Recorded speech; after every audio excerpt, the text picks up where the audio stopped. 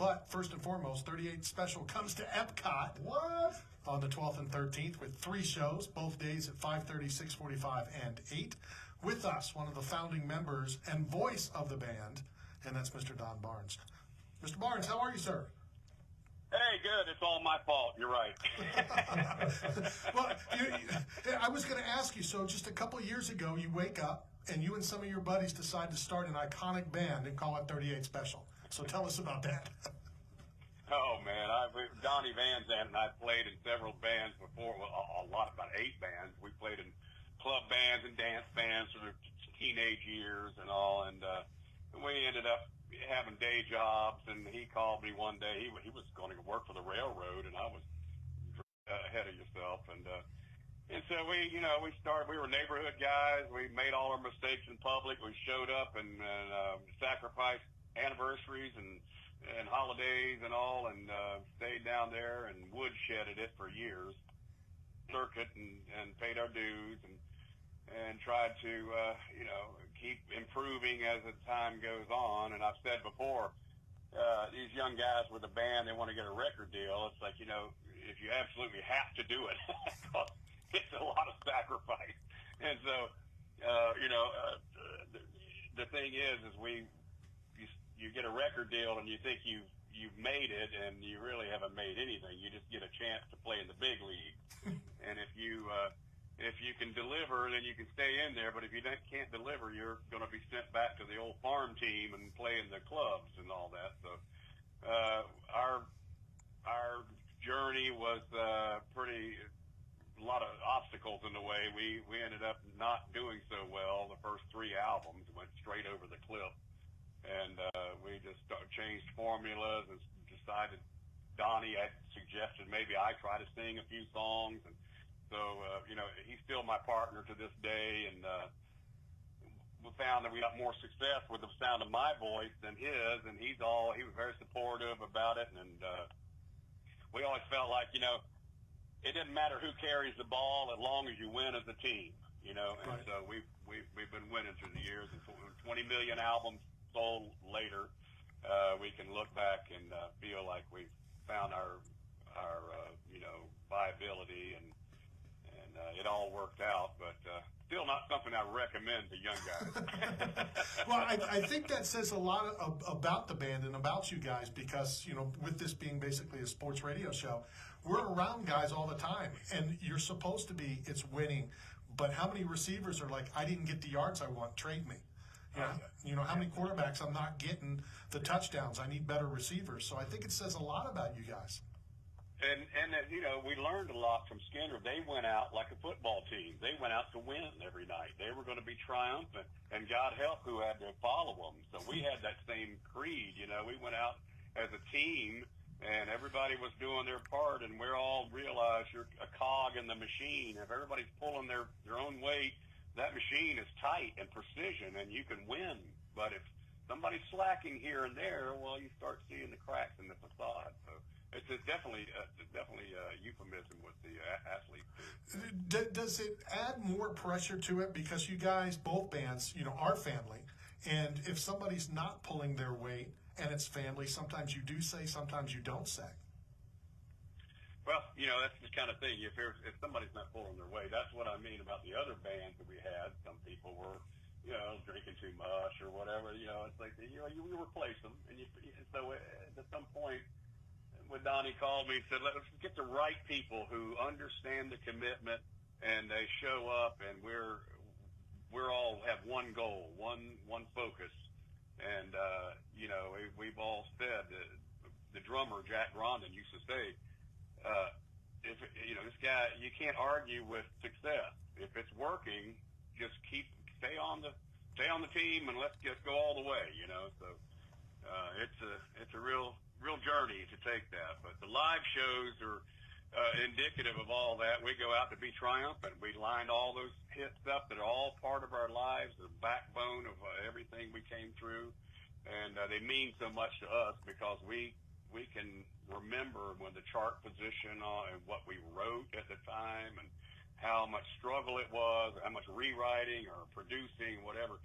And so it takes a a real steely determination to stay in there and accept the failure sometimes when you thought it should have been better than that, but you swallow it and you keep moving forward and don't let it get you down, I know, Matt, I know you got some stuff, but I need to say this because you know me. Yeah. Getting old, I'll forget things. You said that these songs are part of your lives. They're part of all of our lives. So we do the same thing. Like when we hear one of your songs, it's like, oh, I remember. And it's so weird because at the time you're so desperate to get across the finish line as a band. You're desperate to do it. And people have talked about, like, Hold On Loosely was just a little piece of advice. I had some problems with a relationship at the time, and I wrote that with Jeff Carlisi and Jim Peterick from the band Survivor. He wrote Eye of the Tiger and all that. And he had just mentioned, how you guys doing? And I said, man, what is it about people that just can't seem to tolerate their differences? They want to change you. They don't want to they want to keep you under their thumb or whatever. And I said, what do you think about this title, Hold On Loosely? And the first thing he said, oh yeah, but don't let go.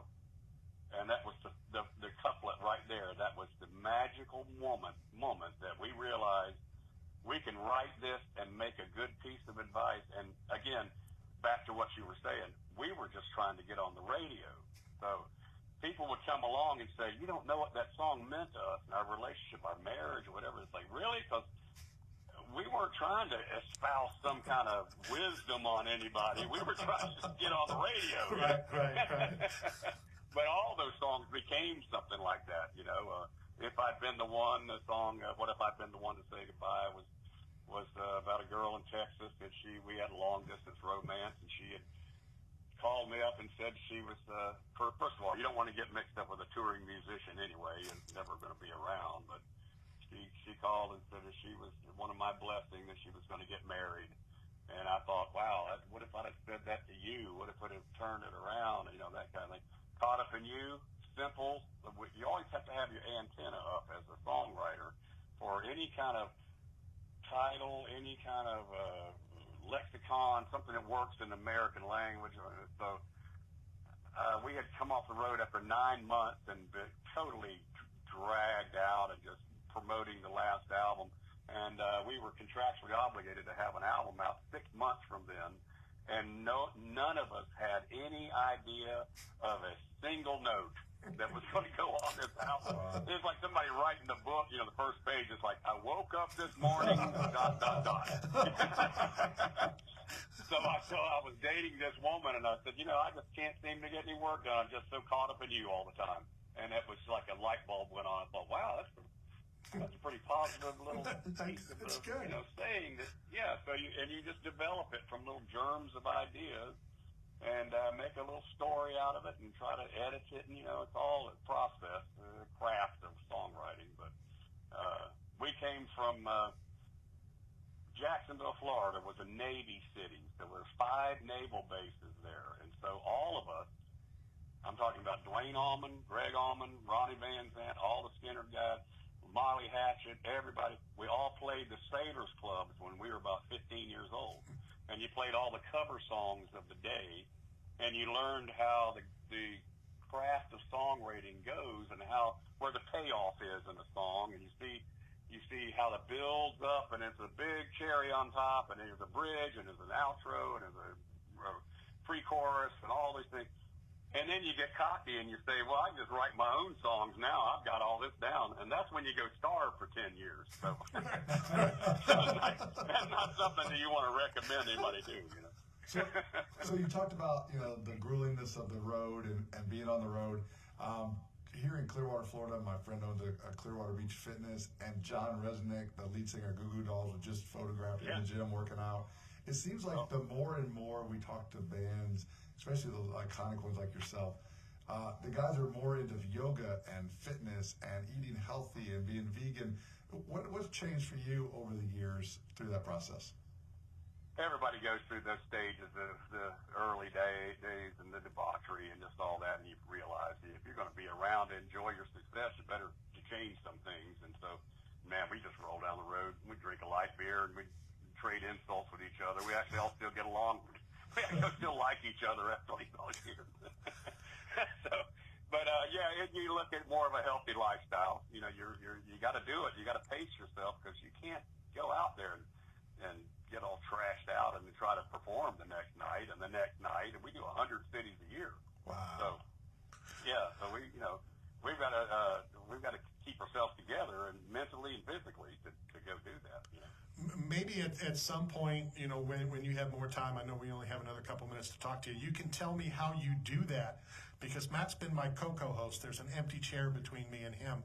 He's been my co-host for about 8 years, and honestly, I've had it. You know, it's time for me to replace him. All right.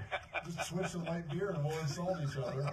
And, you can't get no love around there, just like us. Don, let me ask you this. You're performing at Epcot on the 12th and the 13th, and it's 3 shows. So I'm curious, are 3 mini shows the same as like a regular tour show, or is it different songs? Talk about that for a second. Well, we try to mix it up, but the main thing is it's the same energy that you put into whether it's 6 songs for a half an hour. You're just as exhausted after 6 of them as it was an hour and 40 minutes, our full show. So we have to go back there and, they change the audience out and everything. But the thing I have to do vocally is I have to keep drinking the hot tea and stay vocalizing, doing some scales and things. But if I don't, it's gonna choke up. It's a squeeze up because it's traumatized. You know, you're singing hard. And you realize that if you don't do that, you're going to be squeaking in the next show because the throat closes up. And that's the main thing, is taking care of these little tiny pipe and little 2 strands over the top of that pipe. You're always taking care of that. You have to do that. Right. Because you got to go out and make it sound like the record, you know. So between the things, it's like we'll hear backstage. We'll hear the guy say 10 minutes. And you realize you're just drying off from the other show. So it's a good job. I tell you, it's a great job to make people happy. We see the joy on people's faces. We see them high-fiving each other. They're singing along to all the words. And man, what kind of job? We were all boys with a dream. You know, that's what we want to be doing. You know, so it's a great job. Take that one step further, and everybody's enjoying it, and you look out and you notice that you can see 2, maybe 3 generations of a family together. You know, the grandfather, the son, and the grandson enjoying your music at the same time. That's got to be a special feeling. Oh yeah, we've seen young guys out there that you could tell they got a little band and they're high-fiving each other because "Hold On Loosely" is coming on. You know. And you're like, dude, you weren't even born when that song came out. So it's a great compliment over the years that it's influenced generations of people. But the main thing is some of these songs now, they do emote some memories that are sad to people. And I'll see some tears in their eyes, because it reminds of someone that they lost or something. Didn't realize how much it means to people like that. So it makes you want to sing it and play it with the same conviction as the very first day for them. That's the gift to them because they want to hear it that way. You know, it's funny that you say that. There's a particular song from another artist who wrote a song about a stillborn child. And my son and daughter-in-law had a stillborn, and I relate to that song so much. Yeah. And I told the song, and I hate the song. You know, I hate because I lived it, but it means so much. And that's when I kind of noticed it differently about you musicians, on what you do and how you do and what the meaning means and how much it means to you when it means something to, us fans. Yeah, you got to. I know Chris. He's a good man. I love him. He opens his heart. You have to write songs. It's kind of an insecure thing. You're putting your thoughts out there. They're kind of private thoughts, and it takes someone else to come along, a collaborator, and say, that's actually a really good sentiment. Let's develop that. Let's elaborate on that, and you eventually get to something that's very moving, And so that's the magic of it all. See, that's the thing. You can't put your finger on the magic of that emotion, and so we see, like I said, we see a plethora, all the expressions on people's face: happiness, sometimes tears, joy, everything. So. Again, it's the greatest job to bring that kind of happiness to people. And Don, earlier you talked about going from the big leagues back down to the minors. Are you a baseball fan? Did you watch the World Series? And if you were the one that watched. Right, and who? Yeah. Who's your favorite team if you are a sports fan? Well, I'm talking from Atlanta right now. The Braves are the heart attack kids. You know, they never they get to the final dance, and they can't pull it off. But yeah. But I was pulling for the Texas there. We watched it before the show, and after we'd come back, like, geez, this thing went into 12 innings. You know, the first game. These guys they got a lot of heart. You know, all those guys out there, they put their heart into it. Final thing for you, and we certainly do appreciate your time. You'll be headed over to Epcot in a couple days. But talk about the album that was just released. And if I got my information correct, it was just released, but it was recorded in 1981. Is that correct? Oh, the Lorelei, the German. You're talking about the German Yes. live DVD. Yes, the Yeah. DVD. And it was they had TV stations at the top of a mountain out there in Lorelei, just beautiful countryside, and we did some interviews backstage. Had a little problem with the language and the translations of things, but it was one of those magical times where the place was full of fans. And we came out there just like that football team, and we went out there, and it was a triumphant day. And I think Thin Lizzy was on another stage, but we just felt like it was a magical time. The guys got a hold of us from Germany and said, "Man, we've got to get this thing out because this is really a real snapshot in time." And of course, there we were, still giving 110%. A lot more hair back then, you know. But it's a great journey to look back at that many years and see it. So it's called Rock Palast. It means Rock Palace, Rock Palast in Germany. But it's available out there, and it shows all of us young guys absolutely needing it and going for it, you know. And that's what we've done all these years. We go out there. And we don't slack up, we stack up, man. We go out there and line these shows up, all those hits in a row, we take them for a ride. And, it's a big finish, big explosive presentation, a big celebration of the brotherhood. If people can see it, we bring the crowd in with us. We want to make sure that everybody has a great time. We appreciate them making us a part of their lives all these years. Well, Don, we certainly appreciate your time, and once again, you'll be performing on both November 12th and 13th at Epcot, 5:30, 6:45, and 8.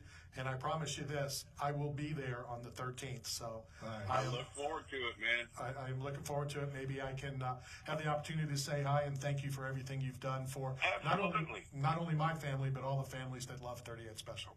Oh, that's so nice of you. Thanks so much for that compliment. I really do appreciate it, and I look forward to seeing you. I will see you on the 13th. Thank you, sir. All right, Have a great week. Take care. That is Don Barnes. You too, bud. From 38 Special, iconic. And, Steve and Sean and I were in Jacksonville not too long ago, and Steve, the rock and roller, the producer of the show, and he's like, yeah, 38 Special did that there, and Thin Lizzy, and he's telling me all this stuff about bands that came from Jacksonville. But who were the first two that you think of?